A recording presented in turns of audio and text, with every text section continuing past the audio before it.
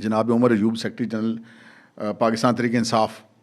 وہ کہتے ہیں بھئی یہ کون سا طریقہ ہے ملاقات کروانے کا؟ بھئی ملاقات تو وہ ہوتی ہے کہ آپ الگ ملاقات کرائیں، الگ ٹائم دے کے ملاقات کروائیں۔ Very good. ویسے اس سے پہلے تو کوئی بھی جیل میں نہیں رہا۔ جو مریم نواز شریف ہیں ان کو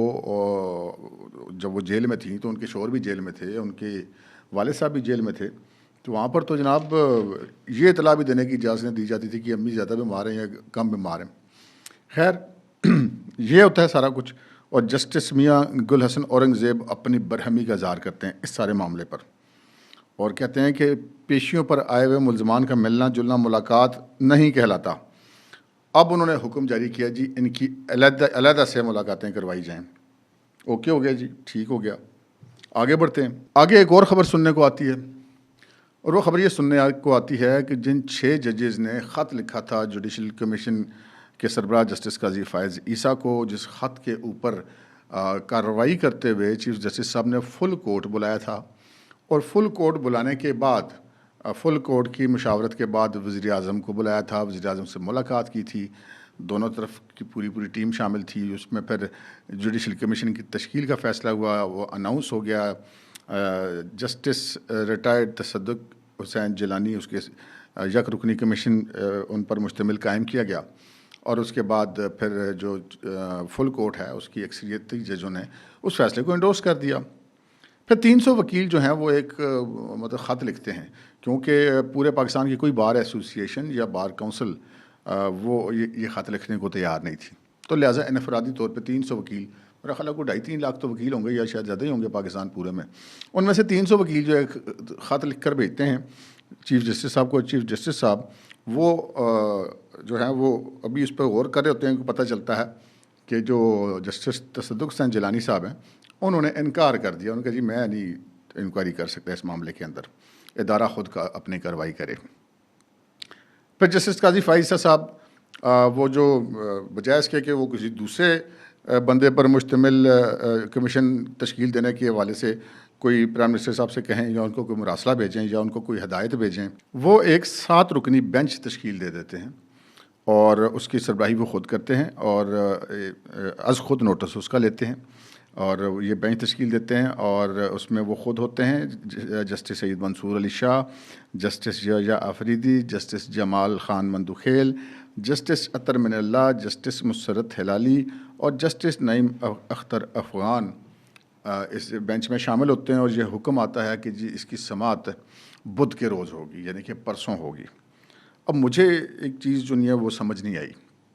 وہ جو فل کورٹ کا اجلاس ہوا تھا اس کی اہمیت عدالتی ہوتی ہے جس میں تمام سپریم کورٹ کے ججز موجود ہیں، تو جب ان تمام ججز نے ایک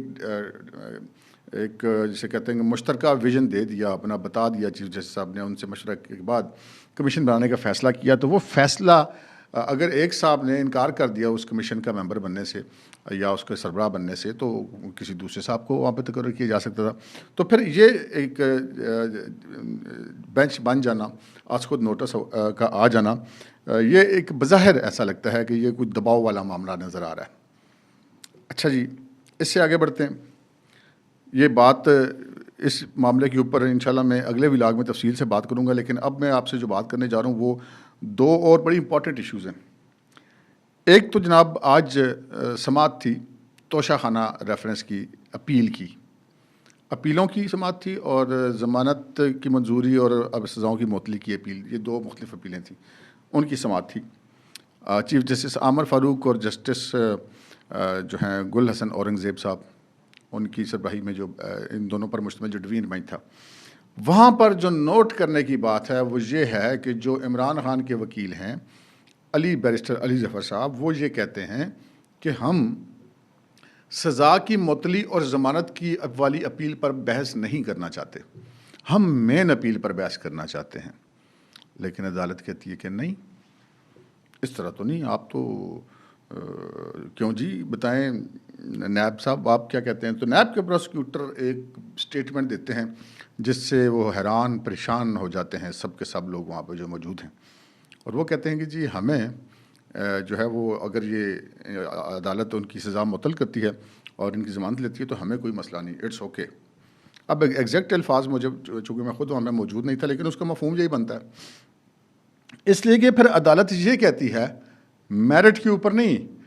عدالت یہ کہتی ہے کہ نیب کے پراسیکیوٹر کے بیان کی روشنی میں ہم ان کی سزا معطل کرتے ہیں اور ضمانت منظور کر کے رہائی کا حکم دیتے ہیں۔ جو ملزم کا وکیل ہے وہ رہائی نہیں چاہ رہا، وہ درخواست بھی نہیں کر رہا، لگتا ہے ان کو سارا کچھ پہلے سے پتا تھا، یا پھر یہ اندازہ ہی لگایا جا سکتا ہے، لیکن عدالت کہتی ہے نہیں، سزا معطل ہوگی اور ضمانت پہ رہے گی۔ یہ مین جو اپیل ہے، ابھی ہمارے پاس اس کے سننے کا ٹائم نہیں ہے، یہ امید کے بعد سنیں گے، کیونکہ کل تو ہم نے سائفر والی اپیل بھی سننی ہے۔ اچھا، اب یہاں پر جو امپورٹنٹ چیز ہے وہ نقطہ یہ ہے کہ یہ کس نے کہا کہ ضمانتیں لے لیں، کوئی مسئلہ نہیں، سزا اپیل معطل کر دے، کوئی مسئلہ نہیں۔ یہ کہہ رہا ہے نیب کا پروسیکیوٹر۔ نیب ایک آزاد ادارہ ہے، کس کے ماتحت کام کرتا ہے؟ کم از کم وزیر اعظم کے ماتحت تو کام نہیں کرتا۔ اگر یہ بات کہی ہوتی ایف آئی اے نے تو ہم کہہ سکتے تھے کہ وزارت داخلہ کے انڈر کام کرتا ہے۔ سائفر والے کیس میں اگر ایسا کوئی اسٹیٹمنٹ آتا تو وہ پھر جو ہے وہ وفاقی حکومت پہ بات آئے گی، لیکن نیب کا نمائندہ یہ بات کرے، وہ اس کا وفاقی حکومت سے تو کم از کم کوئی تعلق نہیں ہے۔ پھر اسی کیس کے اندر ایک اور بات، یہ تو ہم نے سنا ہے، ماضی میں دیکھا بھی، 2-3 سال تک سزائیں جو ہوتی ہیں ان میں اپیل میں سماعت سے پہلے ان کی جو سزا معطل ہو جانا یا ضمانت ہو جانا، اگرچہ کہ روٹین کی پریکٹس نہیں ہے، لیکن یہ کوئی انہونی بات نہیں ہے، ہو جایا کرتی ہیں۔ خود عمران خان کی بھی ہوئی اس سے پہلے، لیکن 14 سال کیس، 14 سال قید کی سزا اور 1.5 ارب روپے سے زائد جرمانہ،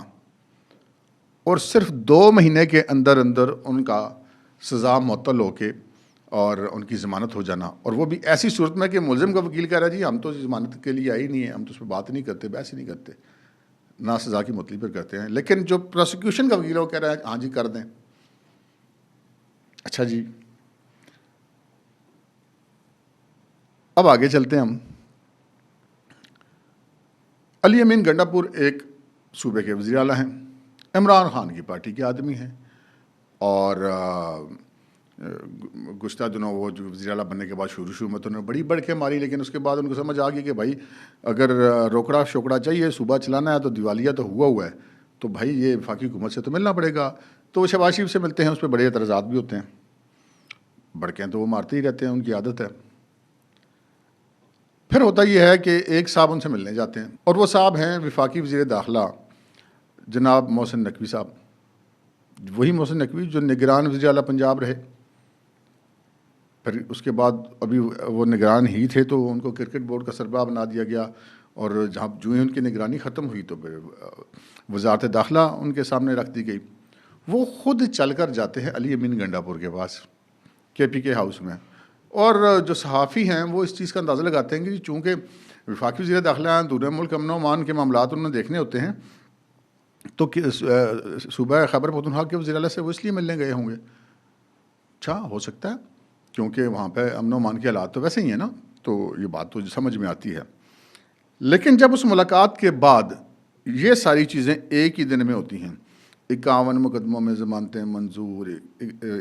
13 مقدموں میں ضمانتیں منظور، فواد چودھری کی بھی ضمانت، زرتاج گل کی بھی ضمانت، گنڈا پور کی بھی ضمانت، اچھا جی دھڑا دھڑ ضمانتیں، عمران خان اور اس کی بیوی کی بغیر اپیل کے، بغیر اس کے بحث کے جناب سزا معطل اور ضمانت منظور، اتنے بڑے مقدمے میں، اوپن اینڈ شٹ کیس جس میں کسی کو کوئی آپشن ہی نہیں ہے میرٹ کے اوپر کہ اس طرح ہو سکتا، کوئی اس میں ایک عام سا ایوریج جب وکیل کھڑا کر دیا جاتا کہ جی آپ اس کی مخالفت کریں تو اس کی سزا نہ معطل ہو سکتی تھی اور نہ ضمانت ہو سکتی تھی۔ فائنل اپیل کے فیصلے تک کی تو بعد کی بات ہے نا، اس لیے کہ جو سارا ٹرائل ہوا ہے وہاں پہ تو عمران خان کے پلے ہی کچھ نہیں ہے، ہر چیز ایک ثابت شدہ چیز ہے۔ پھر کیا ہوتا ہے؟ پھر یہ سارا کچھ ایک ہی دن میں ہوتا ہے، اور وہی گنڈا پور جن سے 2 روز قبل محسن نقوی ملتے ہیں وہ اچانک اڈیالہ جیل پہنچ جاتے ہیں، حالانکہ وہ میرا خیال ہے 1 دن یا 2 دن پہلے مل کے گئے تھے عمران خان صاحب سے، تو اتنی جلدی تو تھی کوئی نہیں۔ پھر یہ ہمیں ذرائع بتاتے ہیں کہ یہ جو آئے ہیں وہ بغیر کسی پیشگی اطلاع کے، بغیر کسی پیشگی پرمیشن کے، بغیر کسی نوٹس کے، بغیر کسی طے شدہ شیڈول کے اچانک اڈیالہ جیل تشریف لاتے ہیں، اور اڈیالہ جیل کے دروازے ان کے اور ان کے اسکواڈ کے لیے کھول دیے جاتے ہیں، اور وہ سیدھے عمران خان کے پاس جاتے ہیں، وہاں پہ تقریباً 1.25 گھنٹہ ان سے ملاقات کرتے ہیں، باہر نکلتے ہیں، باہر حیران پریشان کھڑے صحافی اپنے مائک آگے کرتے ہیں کہ جی گنڈا پور صاحب بتائیے کیا بات ہوئی، لیکن گنڈا پور صاحب کسی سے بات نہیں کرتے، حالانکہ ان کو تو بڑا اچھا موقع مل گیا تھا، مائک مل گئے تھے، اسلام آباد پنڈی جیسے جڑواں شہروں کے ساتھ اندر عمران خان ہے، باہر گنڈا پور بڑی بڑی بڑکیں لگاتے، لیکن وہ مائک دیکھنے کے باوجود ان کو اگنور کر کے بغیر کسی سوال کا جواب دیے نکل جاتے ہیں۔ اب محسن نقوی صاحب کس کے بلو آئیڈ چائلڈ ہیں؟ محسن نقوی صاحب کے بارے میں کیا تاثر پایا جاتا ہے؟ پھر محسن نقوی کا وہاں پہ جانا، پھر گنڈا پور سے ملنا، پھر گنڈا پور کا عمران خان سے ملنا، پھر واپس جانا، پھر یہ سارا کچھ ایک ہی دن میں ہونا، پھر گنڈا پور کا بغیر شیڈول کے اچانک عمران خان کے پاس جانا، تو پھر یہ تو پتہ چل جاتا ہے کہ یہ ایک اندازہ قائم کیا جا سکتا ہے۔ دیکھیں، ہم یہ بات نہیں کہہ سکتے کہ قطعیت کے ساتھ کہ جی یہ ہوا ہے، ہم نے تو ڈاٹس ملانی ہوتی ہیں، صحافی کا کام ہی تجزیہ کرنا ہے۔ یہ آج کی خبریں تھیں اور یہ ان کا تجزیہ، تو اس تجزیے کے آخر میں سوال صرف ایک ہے، کیا 9 مئی واقعی ناکام ہو گیا تھا؟ اب تک کے لیے اتنا ہی، اجازت دیجیے، اللہ حافظ۔